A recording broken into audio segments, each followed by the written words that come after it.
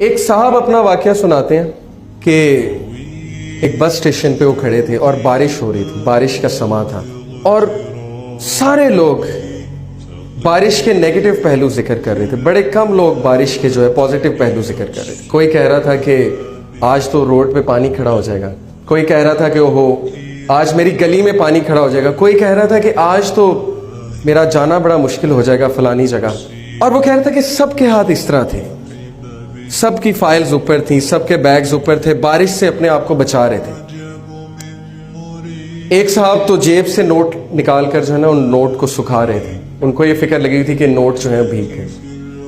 کہتا ہے کہ میں یہ سب دیکھ رہا تھا اور میں نے بھی اپنے اوپر فائل رکھی ہوئی تھی کہ میری گلاسز میں جو ہے وہ ڈراپس آف رین نہ جائیں، تو اچانک میری نظر پڑی، دور سے ایک 5-6 سال کی بچی چلی آ رہی۔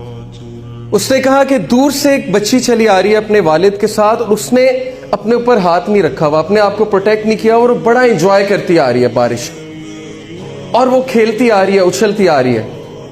جب بس سٹاپ پہ وہ پہنچی تو میں نے دیکھا کہ سب کے ہاتھ اس طرح تھے، لیکن اس بچی کے ہاتھ اس طرح تھے۔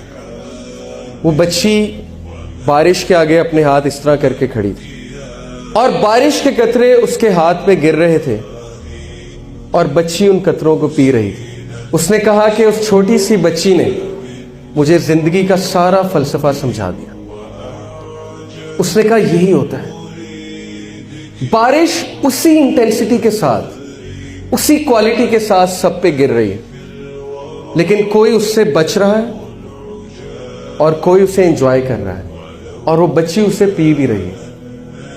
اسی طرح اللہ کی رحمت سب پہ اسی طرح برستی ہے، اسی کوالٹی کے ساتھ برستی ہے، لیکن کسی کے ہاتھ یوں ہوتے ہیں اور کسی کے ہاتھ یوں ہوتے ہیں۔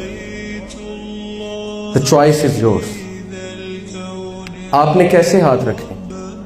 اور اللہ کی رحمت کی ڈیفرنٹ اشکال ہیں، ڈیفرنٹ شکلیں ہیں۔ کبھی کبھی اللہ کی رحمت بہت بڑا امتحان بن کر آتی ہے، لیکن وہ آپ کے لیے رحمت ہے، سلیم، کبھی وہ سلیم بن کے آتی ہے۔ اب آپ سوچ لیں، آپ نے ہاتھ ایسے رکھنے ہیں کہ آپ نے ہاتھ ایسے رکھنے؟